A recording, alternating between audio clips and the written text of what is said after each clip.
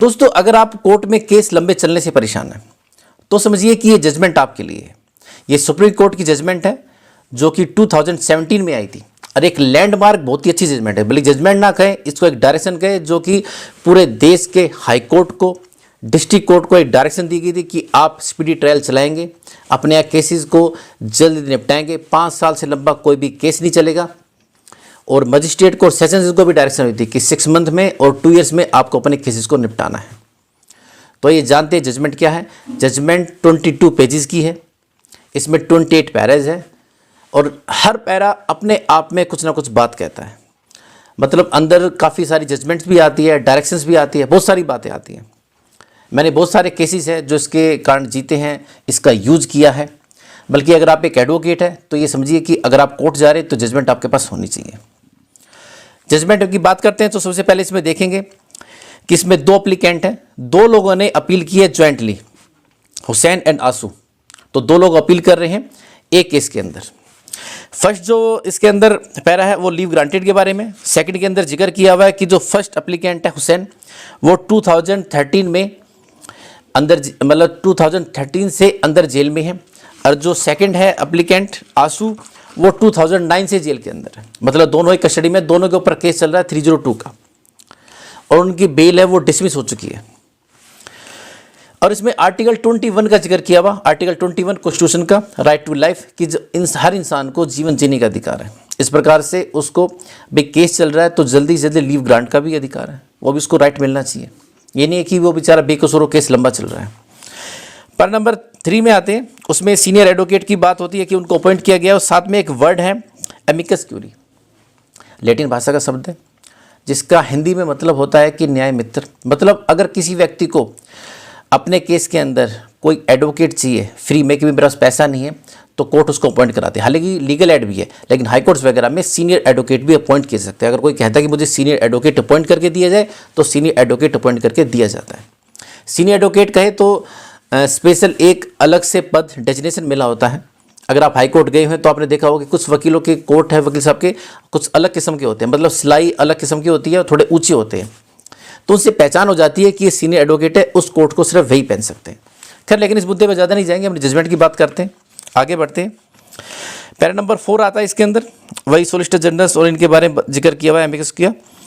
Para number 5 में आता है, इसके अंदर जिक्र किया हुआ सेक्शन 436A CRPC का। ये सेक्शन कहता है कि अगर आपके खिलाफ कोई भी केस है, सपोज कीजिए किसी केस में आपको 2 साल की सज़ा होनी है और वो आपके सामने ट्रायल चल रहा है, अगर उस केस में 1 साल की सज़ा अगर आप ऑलरेडी काट चुके हैं तो फिर कोर्ट को आपको बेल देनी ही पड़ेगी। मतलब आपको बेल देगी और आप पर्सनल बेल मोड पर भी छूट सकते हैं। तो ऐसे कोई केसेस जैसे कि अगर 302 का है तो 14 ईयर्स नॉर्मल मान लेते हैं, अगर 7 ईयर्स किसी ने इम्प्रिजमेंट काट लिए तो उसको बेल ग्रांट होनी चाहिए। इस तरह से बात कही जाती है। हालांकि देखा जाता है कि केस कितना सीरियस है, कि और ज़्यादा केसेस तो नहीं है कि और भी पेंडेंसी इनके ऊपर हो, तो ऐसे में बेल देने से फिर डिनाई भी किया जा सकता है। लेकिन ये भी एक लॉ है, एक सेक्शन है 436A CRPC। इसके बाद पैरा नंबर 6 में आते हैं, वहाँ एक जजमेंट दी हुई है, बड़ी अच्छी है, अख्तरी की, स्टेट ऑफ MP की। इसमें क्या हुआ कि कोई भी अगर अपील है तो वो 5 साल से लंबी नहीं चलनी चाहिए। मतलब कोई भी केस आपका है और उसमें कोई सज़ा हो जाती है, आप किसी बेल में जाते हैं, कैसे भी ऊपर जाते हैं, तो कोई भी क्रिमिनल अपील है, कोई रिवीजन ऐसी है तो 5 साल से लंबे वो नहीं चलनी चाहिए, उसके अंदर डिसीजन आ जाना चाहिए। नेक्स्ट पैरा नंबर 7 है, उसमें एक और जजमेंट का जिक्र किया हुआ है, साथ में बताया हुआ कि आर्टिकल 21 का, कि स्पीडी ट्रायल के बारे में बताया हुआ कि भी हर इंसान को जीवन जीने का अधिकार है, और इन चीज़ों का जिक्र किया हुआ है। और साथ में इसमें डायरेक्शन दी जाती है कि भी जो फर्स्ट केस है उसको आज हम डिस्पोज कर दें। मतलब इसमें 2 एप्लीकेंट मैंने बताए थे, जो सेकंड एप्लीकेंट आंसू है उसका ऑलरेडी हाई कोर्ट में केस चल रहा है तो पेंडिंग है, तो उसमें हम डायरेक्शन देते हैं कि विदिन 6 मंथ के अंदर हाई कोर्ट उसकी जो अपील है उसको डिस्पोज करेगा। इसके अंदर फिर ये बात की गई। पैरा नंबर 8 में आ जाते हैं, वही फंडामेंटल राइट की बात होती है, कोर्ट डायरेक्शंस की बात होती है। 9 के अंदर आते हैं, तो 9 के अंदर बहुत ही अच्छी बात की हुई कि भी जितने भी हाई कोर्ट उनको डायरेक्शंस है, स्टेट है उनको डायरेक्शंस है कि भी नई नई बिल्डिंग बनाई जाए, नई कोर्ट बनाई जाए, नए जज अपॉइंट किए जाए और साथ में स्टाफ उनके लिए अपॉइंट किया जाए, उनका जिक्र किया हुआ है। पैरा नंबर 10 में एक जजमेंट का जिक्र किया हुआ है, हुसैन आरा खातून, बहुत ही अच्छी जजमेंट है, लेकिन उसमें सारी डिले की बातें हैं, केसेस के बारे में कि डिले होते हैं इस तरह से। और साथ में लास्ट में रिक्वेस्ट की जाती है chief justice of high court से कि वे जल्दी जल्दी कोशिश करें अपने यहाँ केसेस को निपटाने की। इसके बाद पैरा नंबर 11 में आते हैं, वहीं आर्टिकल 21 की बात होती है, लीगल एड कमेटी की बात होती है, उसमें भी जजमेंट का जिक्र किया हुआ है। इसके अलावा पैरा नंबर 13 में देखें तो ताना सिंह वर्सेस सेंट्रल ब्यूरो, मतलब एक जजमेंट है, उसके बारे में जिक्र किया हुआ है कि नई नई लेबोरेटरी बनाई जानी चाहिए। विटनेस अगर कोई कोर्ट में आया है तो उसको मतलब यानी कि ऐसे ही आप उसको छोड़ दो, विटनेस आया तो उसकी गवाही सेम डे होके केस कंप्लीट होना चाहिए, डिले नहीं करना है। तो अगर किसी केस में कोई विटनेस आता है, अपोजिट पार्टी एडवोकेट अगर इसमें कोई डिले करते हैं या कहते हैं कि भाई आज नहीं हो सकता, तो इस जजमेंट का आप जिक्र दे करके और जज साहब को मजबूर कर सकते हैं कि भाई इस विटनेस को आज ही आप डिस्चार्ज करवाएं, मतलब आज इसकी गवाही होनी चाहिए। केसेस के अंदर जो जजमेंट आती है वही बड़े काम की होती है, यानी कि जो केस की जजमेंट है वही है, केसेस के जो जजमेंट के अंदर जजमेंट होती है वही बहुत ज़्यादा काम की होती है, तो वही नोट करने लायक है, इसको भी आप यूज़ कर सकते हैं। इसके अलावा पैरा नंबर 14 में भी एक जजमेंट का जिक्र करके ऐसे ही 5 years take immediate effect step, उसी की बात की हुई कि भी जल्दी जल्दी केसेस को निपटाया जाना चाहिए। पैरा नंबर 15 में आते हैं, वहाँ भी एक जजमेंट का जिक्र है, फंडामेंटल राइट की बात है, जस्टिस डिलीवरी की बात है, जल्दी मिलनी चाहिए। एक और जजमेंट का जिक्र भी किया हुआ है ऐसे ही। पैरा नंबर 16 में आते हैं, इसमें एक Bhim Singh versus union of India, बहुत अच्छी जजमेंट है, उसका जिक्र किया हुआ है। और साथ में सेंट्रल गवर्नमेंट को ये डायरेक्शन दी हुई कि स्टेट गवर्नमेंट के साथ मिल करके जल्दी केसों को निपटाया जाए, जो फंड है वो रिलीज़ किया जाए। और साथ में सेक्शन 436A CRPC उसका जिक्र किया हुआ है। कोर्ट के लिए direction judicial magistrate, chief magistrate, session जज, इन सबको ये डायरेक्शन दी हुई है कि जितने भी जजेस हैं, मतलब मजिस्ट्रेट है, सेशन जज हैं, वे हफ्ते में एक बार जाकर जेल में विजिट करेंगे, वहाँ पर 2 महीने से ज़्यादा जिसको भी जेल हो चुकी है उसके साथ मीटिंग करेंगे। इसके लिए बहुत अच्छी डायरेक्शन दी हुई है। इसके अलावा इसी में होम मिनिस्ट्री को और साथ में होम मिनिस्ट्री अफेयर्स को, इनको भी डायरेक्शन दी हुई है, साथ में डिस्ट्रिक्ट जज को भी डायरेक्शन दी हुई है। पैरा नंबर 17 में आते हैं, उसमें इम्तियाज़ अहमद एक एस जजमेंट का हवाला दे करके सीरियस केसेस इन्वॉल्व, जैसे कि जो 302, 376 इनका जिक्र किया हुआ है। और साथ में बताया हुआ है कि 9% केसेस 20 साल से ज़्यादा लंबे अभी भी चल रहे हैं, और 21% केसेस ऐसे हैं जो कि 10 साल से ज़्यादा लंबे चल रहे हैं, यानी ये हमारे देश का रेशो है, उसके बारे में जिक्र किया हुआ है कि इतने ज़्यादा लंबे केसेस चल रहे हैं तो वे केसेस निपटाए जाने चाहिए। इसके अलावा इसमें प्राइम मिनिस्टर के लिए भी, देश के प्रधानमंत्री के लिए भी डायरेक्शंस हैं, और साथ में चीफ मिनिस्टर के लिए भी हैं कि भी उनको फंड अलॉट कराए, सेंट्रल गवर्नमेंट देखे, और जो भी नई नई बिल्डिंग बनाने के लिए कहीं भी किसी चीज़ की जुडिशरी की जरूरत है उनके लिए फ़ंड है, कहीं कमी रहती है तो स्टेट गवर्नमेंट अपना भी लगाए, नहीं है तो स्टेट गवर्नमेंट दे, सेंट्रल गवर्नमेंट दे। और प्राइम मिनिस्टर के लिए भी डायरेक्शन की बात की हुई है डायरेक्ट इसके अंदर लिख करके। इसके अलावा पैरे में बाकी में चीज़ें ऐसे ही चलती हैं डिले वाली।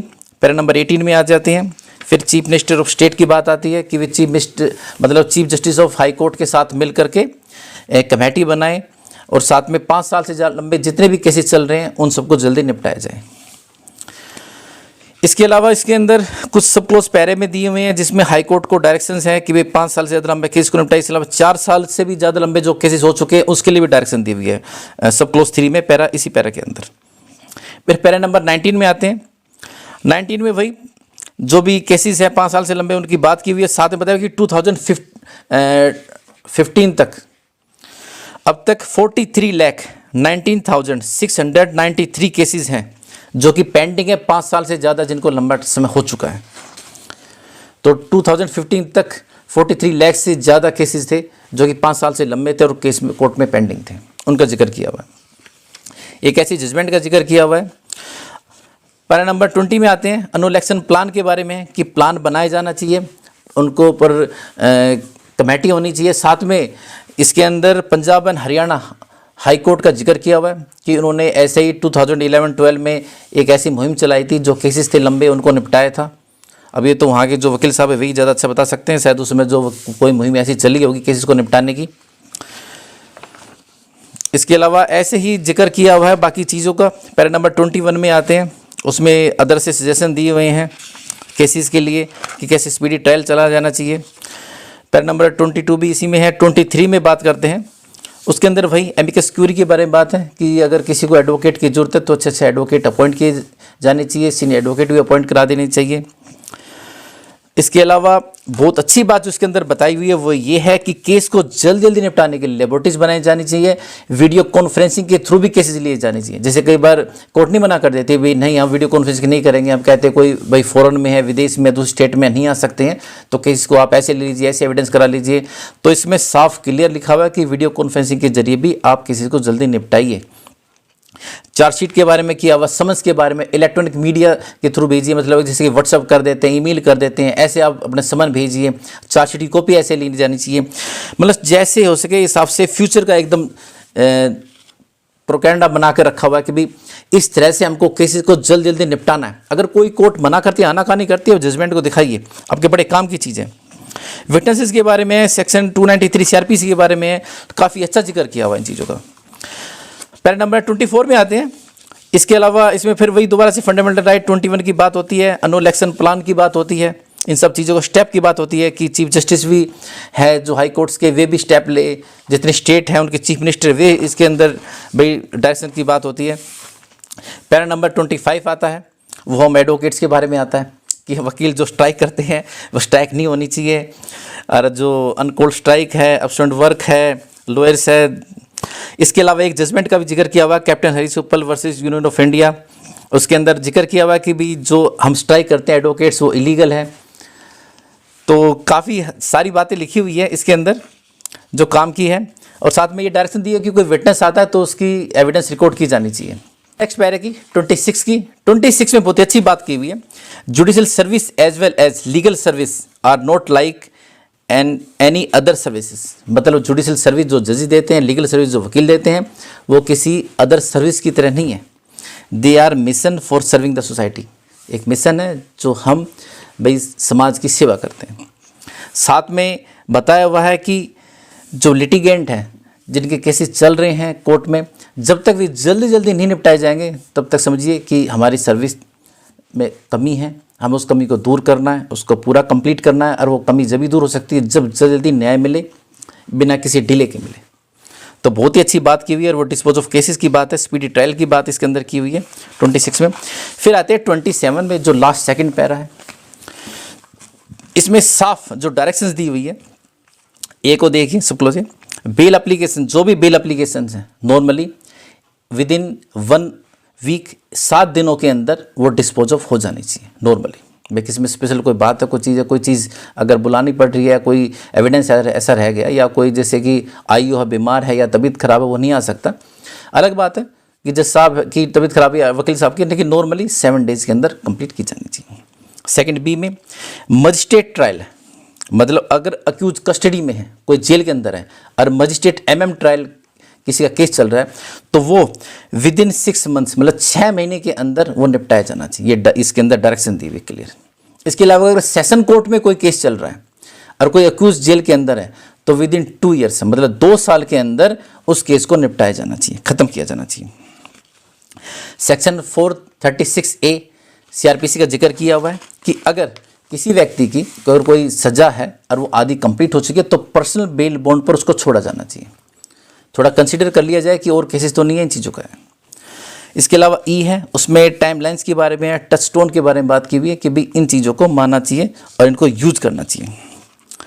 इसके अलावा हाई कोर्ट इंश्योर करे कि जो भी बेल एप्लीकेशन उसके पास आती है विद इन 1 मंथ उसको डिस्पोज ऑफ किया जाए। हाई कोर्ट के लिए भी डायरेक्शन है कि अगर आपके पास कोई अगर ऐसी अपील रिवीजन या फिर बेल एप्लीकेशन आती है, तो नॉर्मली आप उसको विद इन 1 मंथ उसको डिस्पोज ऑफ करें, उसके लिए करें। हाई कोर्ट के लिए डायरेक्शन और भी है कि आप जो भी आपके सुप्रीम कोर्ट्स हैं उनको मॉनिटर करें, डिस्ट्रिक्ट कोर्ट जो आपके अंडर में आते हैं उनको ध्यान दें, इन चीज़ों के लिए बात की हुई है।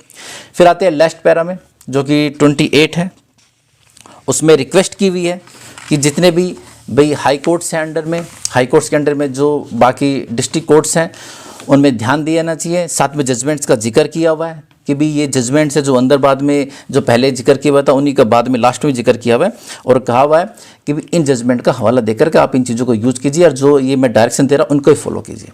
और लास्ट में थैंक्स कहा हुआ है जो भी जनरल अटॉर्नी है और जो सीनियर एडवोकेट्स हैं उनके लिए। तो दोस्तों बहुत ही अच्छी जजमेंट है जो कि बताती है कि जल्दी स्पीडी ट्रायल होना चाहिए, टाइम बाउंड भी इसके अंदर डाला हुआ है। नॉर्मली आप इसको यूज़ करना तो कोर्ट में लगाएं।